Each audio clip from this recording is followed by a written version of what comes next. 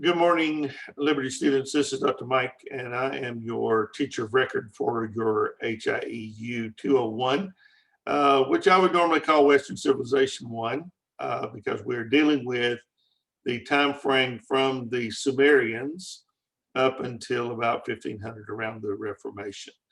One of the important points is the question of why we start with the Sumerians as related to, maybe not starting with the Garden of Eden and the other pieces that you would normally think about. And the simple reason is that with the Sumerians, we start to have written records and eyewitness accounts, which is vital to understanding history.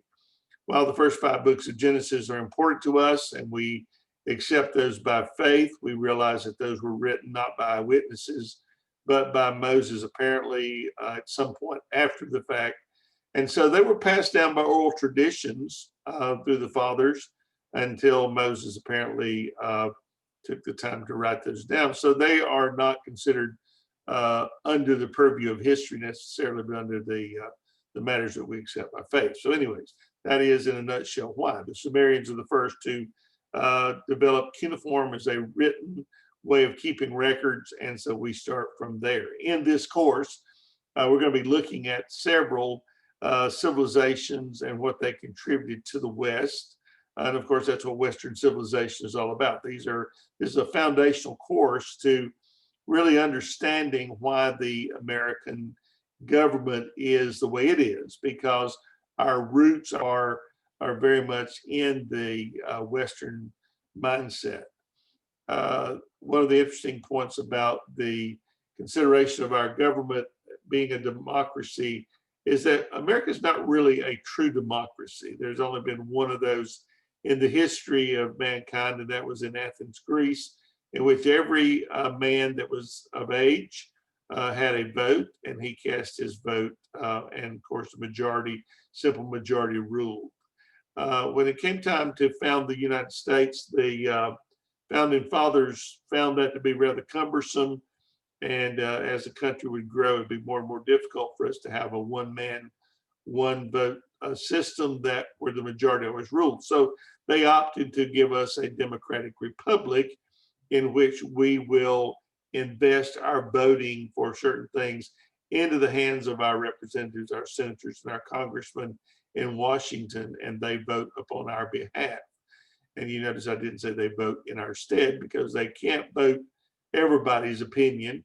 They're empowered with the right to determine what is the best for the country, and they vote and they represent us there in that capacity. So as we study, the Greeks are going to be a very big part of what we talk about in this course, and the Romans, of course, along with the Egyptians and the Hebrews. The Hebrews contribute 2 very vital things, I think, to the history of mankind. One is the idea of monotheism, that there's only one God, and the other is the value of the individual. Because for the first time with the monotheistic religion of the Hebrews, we come to see that human beings are valuable. They're not just fodder for some king's army, or they're not just peasants to work the fields to make someone else rich, but they do have human value, that each individual has its own value. So we're going to be talking about a lot of great things, and I hope to leave you with a passion for history.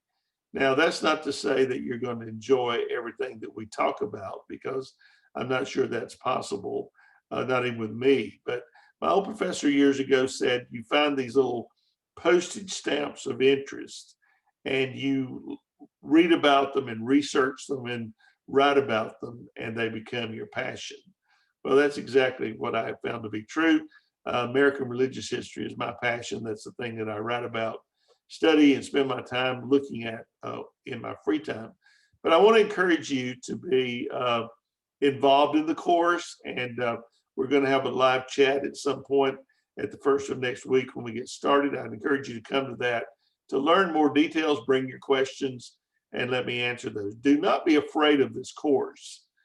Most people will tell me they don't like history, and by and large, the number one reason for that would be that in high school, their history classes were given over to the coach or the janitor, some other warm body, and they just gave you a list of dates and names, and that is no way to learn history. I teach history from a storyline because I think you can remember a storyline. I think you'll find it more interesting, and I think it will prove to be great for you. So let me encourage you to come to the live chat. Let's talk about that. Most people don't like to write. Well, you're in academics and you're in school, and you're going to have to learn to like to write, because that is so much of what you're going to be doing over the course of your academic year. And so, but I want to help you learn to do that. I want to help you enjoy that. I want to help you get to the point where you can do research just like any pro, and be, found enjoying what you're doing. If you're going to be in academics for any length of time, you're going to have to learn to enjoy some of these things that maybe you didn't consider before. I will tell you that I'm here for you. You have my phone number, you have my email, and I run after you, trying to get you to participate and to talk to me. Never run from a teacher that's trying to run after you to try to get you involved. There's nothing going on in my life more important than seeing you be successful. And so I want to encourage you to use that resource as we go through the next 8 weeks and we talk about some great history. I want you to use the resource and talk to me, communicate, ask questions. You'll learn so much more if you get involved. Jump in with both feet, and I think you'll leave here saying, I'm really glad that I took that course. In fact, that's what I hear often from my students, that they go in with a little bit of fear and trepidation. They come out really glad that they took the course. And I'm looking for you to be one of those. All right, I will see you shortly, and we will get started in a few days and start moving towards something good.